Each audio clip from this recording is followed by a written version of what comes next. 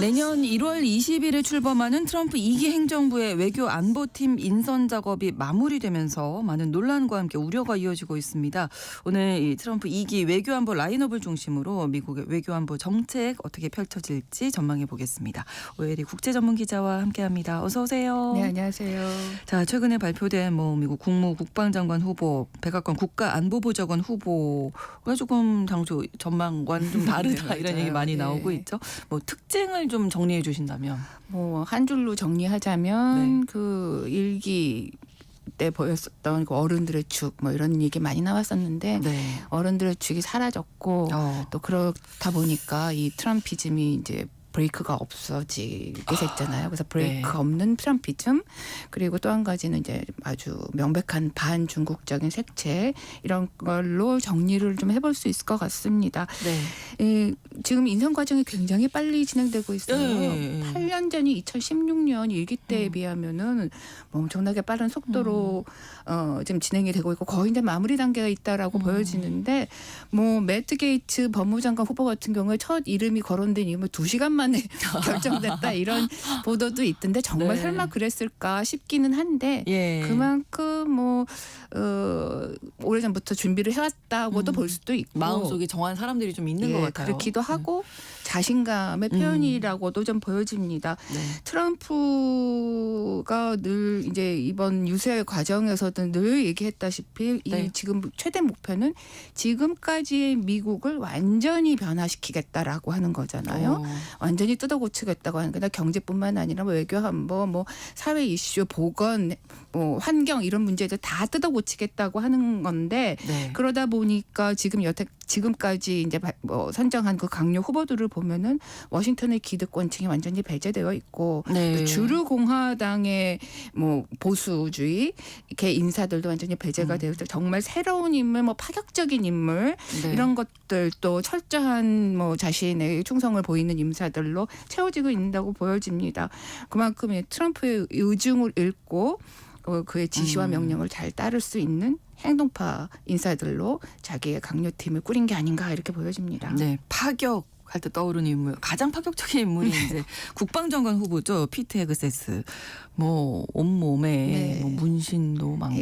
예. 지금 사진에서 많이 보여지고 네. 있잖아요. 근데 문신을 안 해서 잘 모르는데 보통 문신을 하는 거는 평상시에 자신이 이제 애착을 갖고 있는 대상, 자신의 인생의 신념 이런 거죠. 신념 네. 이런 것들을 새긴다고 저는 알고 있어요. 네. 그래서 문신 새기는 거야 개인의 취향 아니냐 그럼요. 이렇게 볼 수도 있지만 어쨌든 이제 국방장관 후보로 낙점받은 사람이 자신의 온몸에 자신이 생각하는 것을 거의 걸어다니는 표지판처럼 문신을 하고 있다는 건 좀 뜯어볼 필요는 있는 것 같아요. 네. 1980년생으로 44살, 좀 젊은 편입니다. 그렇습니다. 이름이 조금 보통의 미국식 이름하고는 조금 낯선데 부모가 모두 노르웨이 혈통이라 그래요. 노르웨이계인 거죠. 그렇군요. 고등학교 때부터 아주 공부를 잘해가지고 정말 우수한 학생이었고 프린스턴 대학교를 입학을 했습니다. 거기서 ROTC를 했고요.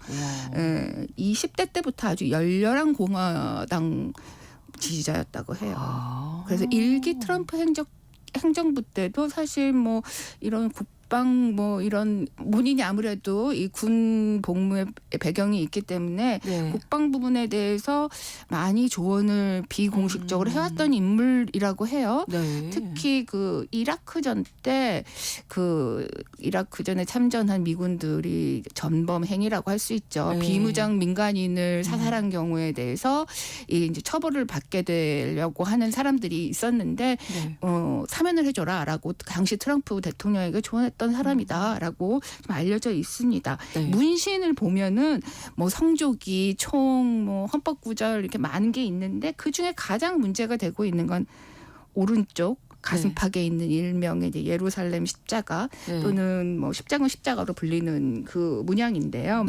가운데 커다란 십자가가 있고 내구층에 이제 작은 십자가들이 있습니다. 근데 이게 십자군 전쟁 아주 초기에 예루살렘에 들어설 이제 십자군 왕국을 표시하는 상징으로 쓰여졌던 건데 그래서 최근에 극우적인 사람들 또 극우 단체 이런 데서 많이 이 문장을 사용하고 있다고 해요. 그리고 오른팔 위쪽에 또 문장이 있는데 뭐 신의 뜻이라고 하는 라틴어 데우스 불트라고 하는 문장을 새긴 문신도 있는데 네. 이것도 또 역시 이제 십자군 전쟁 당시에 구호로 쓰여졌는데 종교적인 폭력 사용 이런 것들로 많이 뭐 지금도 많이 그런 거 지지하는 파에서는 많이 사용한다고 합니다.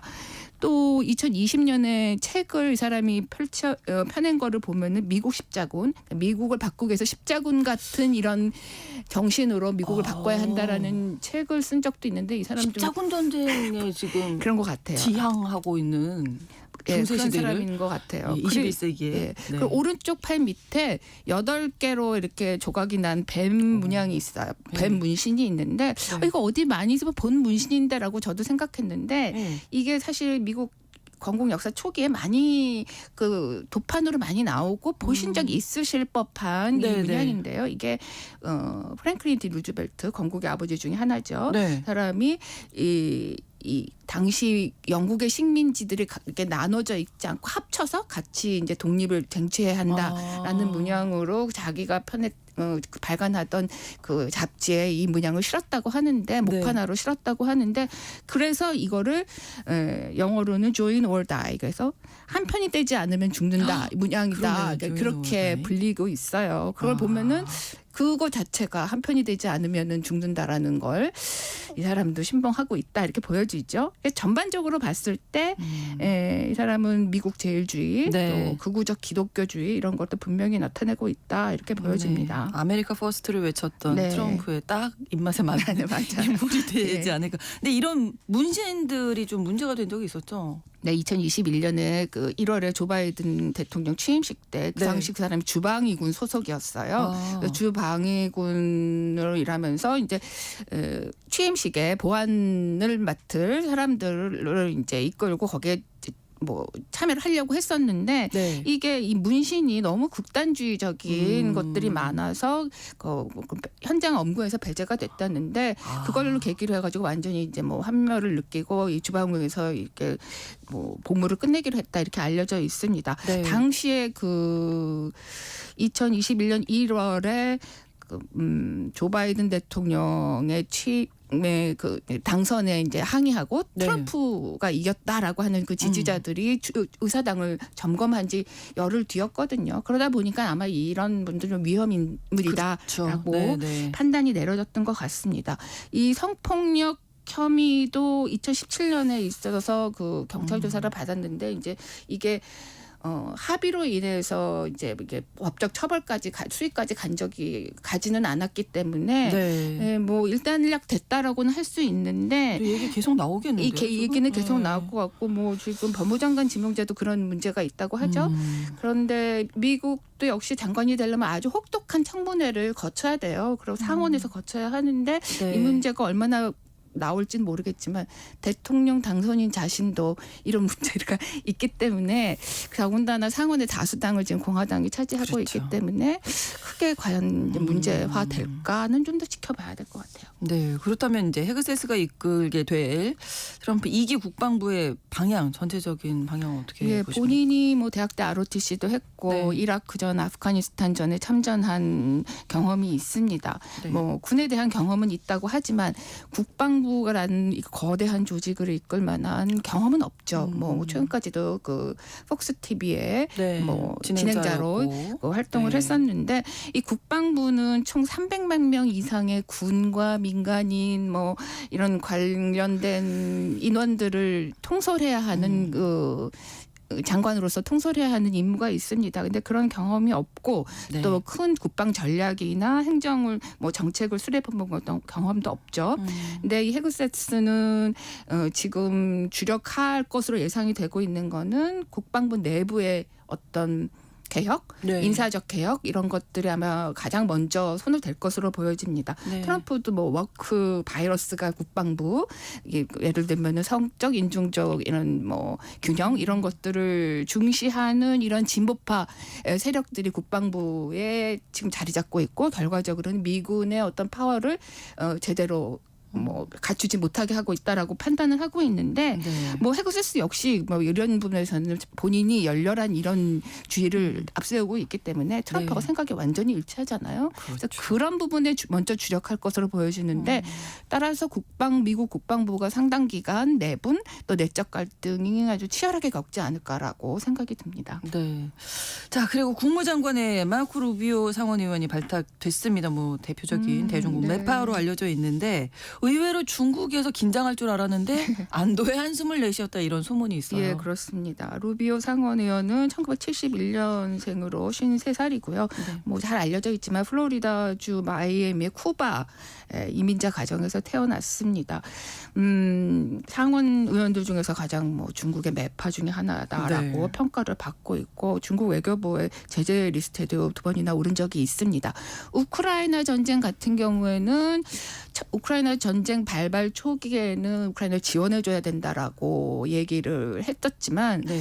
차츰 그 입장이 좀 바뀌어가지고 지금은 트럼프 당선인과 마찬가지로 우크라이나 거리를 두고 지원을 끊으려고 하는 쪽에 지금 입장을 취하고 있죠. 네. 네, 말씀하신 대로 중국이 좀 안도의 한숨을 내쉬고 있다. 뭐 왜 그런 이런 걸까요? 얘기가 있는데 중국 쪽에서는 마이크 그 폼페이오 전 국무장관을 조금 더 껄끄럽게 생각했던 것 같아요. 그렇군요. 그래서 그보다는 좀 낫다라고 낫다. 생각하는 것 같고 예, 예. 뭐 최악의 뭐 국면은 아니다, 인사는 아니다라고 뭐 반응도 있다고 합니다. 네. 뭐 하지만 사실 이 지금 국무장관뿐만 아니라 그 외교 정책을 입안하는 데 아주 중요한 역할을 하고 있는 국가안보 보좌관 마이크 월츠 하원의원이 네. 지금 지명이 됐고 또 유엔 주재 미국 대사 앨리스 스타파닉 하원의원도 매파 중에 매파, 뭐 미국 우선주의자이기 때문에 네. 단순히 뭐 국무장관 혼자 어떤 대중국 정책을 외교 정책을 이끈다라고 볼 수는 없습니다. 그렇죠. 예, 네. 그리고 트럼프 2기 행정부에서 뭐 제일 중요한 사람은 당연히 트럼프고 지금도 강요 네. 인선을 하는 거 보면은 네. 어떤 그 강요들로부터 어떤 조언을 받고 상의를 하고 하는 대상보다는 자신이 가지고 있는 구상을 대신해서 이제 현장에서 그 선발이 되어줄 사람을 뽑고 있기 때문에 트럼프 자체가 지금 뭐 강력한 반중국 입장을 취하고 있어서 또 관련 정책들을 뭐 본인이 직접 다 이제 지휘한다고 볼 그렇죠. 수밖에 없기 때문에 네. 뭐 중국으로서는 안도할 수 있는 상황은 절대로 아니라고 보여집니다. 네. 그리고 또 한 가지는 의회입니다.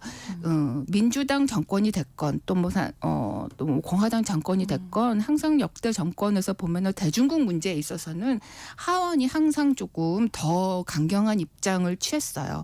뭐 예를 들면은 민주당이 하원의 다수당 입지를 뭐 가지고 있는 기간 동안에도 상당히 중국 문제에서는 강경한 노선을 취했거든요. 그렇군요. 근데 이번에는 상원과 하원을 모두 공화당이 공화당이니까요. 다수당 그 지위를 지금 확보해 놓고 있기 때문에 앞으로 뭐 대중국 문제는 쉽지 않겠죠. 더욱 강경한 쪽으로 치우치지 않을까라는 생각을 해봅니다. 그렇습니다. 그리고 트럼프의 파격 인사 가운데 이제 저희가 첫 번째로 말씀드렸던 게 지금도 계속 이야기 나오고 있지만 정부 효율부 일론 머스크에 대한 관심이죠. 그리고 공동위원장의 비벡 네. 라와스와미라는 사람에 대해서도 좀 알아봐야 될 것 같아요. 저도 일론 머스크가 혼자서 이 뭐 정부 효율위원회를 이끄는 게 아닌가라는데 네. 공동위원장 체제가 됐어요. 네. 아마도 이 조직을 이끌면서 머스크가 사업도 같이 하는 것이 아닌가 이렇게 생각이 들고요. 그렇기 때문에 좀 라와스와미라는 사람을 같이 공동위원장으로 이제 임명을 하게 된 게 아닌가라고 생각이 듭니다. 네. 올해 39살로 상당히 젊습니다. 젊네요. 네. 인도계라고 하죠. 바이오테크 회사를 이제 창립해서 엉망장자인데 지금은 경영 일선에서는 물러나 있고 네. 2023년 공화당 후보로 대선 출마를 한 적이 있어요. 그래서 그렇군요. 정치인이 이미 됐습니다. 그래서 아이오와주 공화당 대선 후보 경선 때 그러니까 올해 1월이죠. 네. 그때 4위에 머물면서 이제 퇴진을 하면서 트럼프 지지를 지지 쪽으로. 했습니다. 근데 라와스와미가 지금 알려지기로는 머스크보다도 더 독한 최소 정부주의자다 이렇게 알려져 있죠. 공화당 경선 당시에도 이 주장을 했었는데 네. 연방 공무원의 75%를 해고하겠다 이렇게 얘기를 했습니다. 그래서 뭐 교육부 FBI 또 뭐 원자력 규제위원회 이런 거 다 없애겠다 이렇게 오. 얘기를 했는데 네. 그 당시에도 너무 오락가락 얘기를 해서 정말 종잡을 수가 없다 이런 평가를 받은 적이 있습니다. 그런데 네. 어쨌든 이번에 뭐 머스크하고 손발을 맞춰서 이 정부 효율위원회를 이끈다고 하는데 뭐 어떻게 두 사람의 성향인 비슷하긴 하지만 네. 이 잘 합의를 이룰지는 좀 지켜봐야 될 것 같아요. 우크라이나에 대해서도 이 사람들에게 비판적이고 네. 또 젤렌스키 대통령에 대해서 뭐 마치 나치인 것처럼 얘기를 해서 또 논란도 일으킬 정도로 매우 좀 정치적으로도 그렇고 뭐 어쩐 종잡을 수 없는 성향의 사람이다라고 하는 평가가 있습니다. 네. 근데 이 정부 효율부 이게 이제 정부 지출하고 규모를 줄이는 역할을 해서 효율적으로 정부 연방 정부를 운영하는 거를 목표로 하는 이제 부서인데 이 역할과 법적 지위 이거 정확하게 아직 정해져 있지는 그렇죠? 않다고 합니다. 네네. 그리고 이 머스크랑 라와스와미도 강력급은 아닌 걸로 지금 알려져 있습니다. 그래서 네. 약간 무급으로 이렇게 조언하는 역할 또 이런 것에 역할을 하지 않겠냐라고 하는데 무급이라고 하죠. 저는 사실 그러니까요. 무급이라는 것도 좀 의외였는데 네. 머스크가 얼마 전에 뭐 X에 올렸잖아요. 초고지능을 가진 사람을 뽑겠다 이렇게 네. 해서 다 응모해 달라 뭐 이렇게 80시간이라고. 네네네 보수는 보수는 무급이다. 보수는 없다 이렇게 얘기한 걸 보면은 아마 머스크와 라와스와미도 무급으로 일하는 게 아닌가라는 네. 생각이 드는데 두 분은 무급하셔도 되지만 다른 사람들은 그렇습니다. 받아야 되지 미국을 않을까요? 완전히 바꾸는 이 영광스러운 일에 네. 참여해 주는 네. 것만으로도 어디냐 이렇게 생각하고 있는 것 자원봉사군요. 같은데 네. 이 위원회가 과연 어떤 이제 행보를 보일지 매우 주목이 됩니다. 그렇습니다. 우리나라에 이런 것들이 이제 어떤 영향을 미칠지 끝으로 짧게 예. 좀 정리 부탁드릴게요. 아무래도 외교안보 부분에서는 기존의 동맹의 가치보다는 뭐 거래식 외교안보 정책 그렇죠. 행보가 일기 때보다 더 심해질 것으로 예상이 되고 있고 그에 따라서 이제 좀 앞날을 예측하기 어려운 여러 가지 뭐 고비들이 많을 것으로 예상이 됩니다. 네. 특히 반중 성향에만 이제 치우치고 한반도 문제 이런 거에 대한 관심이 좀 떨어지면서 한국의 입지가 많이 축소될 수도 있고 갑작스럽게 또 김정은하고 대화를 할 때 우리 역할은 무엇인가 할 때 제 역할을 못하게 된다면 우리 한국 패싱 논란 이게 또 다시 벌어질 가능성도 있고 여러 가지 그런 점 때문에 네. 철저한 대비와 연구가 필요하다라고 생각이 듭니다. 그렇습니다. 글로벌 이슈 오늘 오혜리 국제전문기자와 함께했습니다. 고맙습니다. 감사합니다. KBS 라디오 신성원의 오늘 세계는 마치고요. 내일 오전 11시 5분에 다시 오겠습니다. 고맙습니다.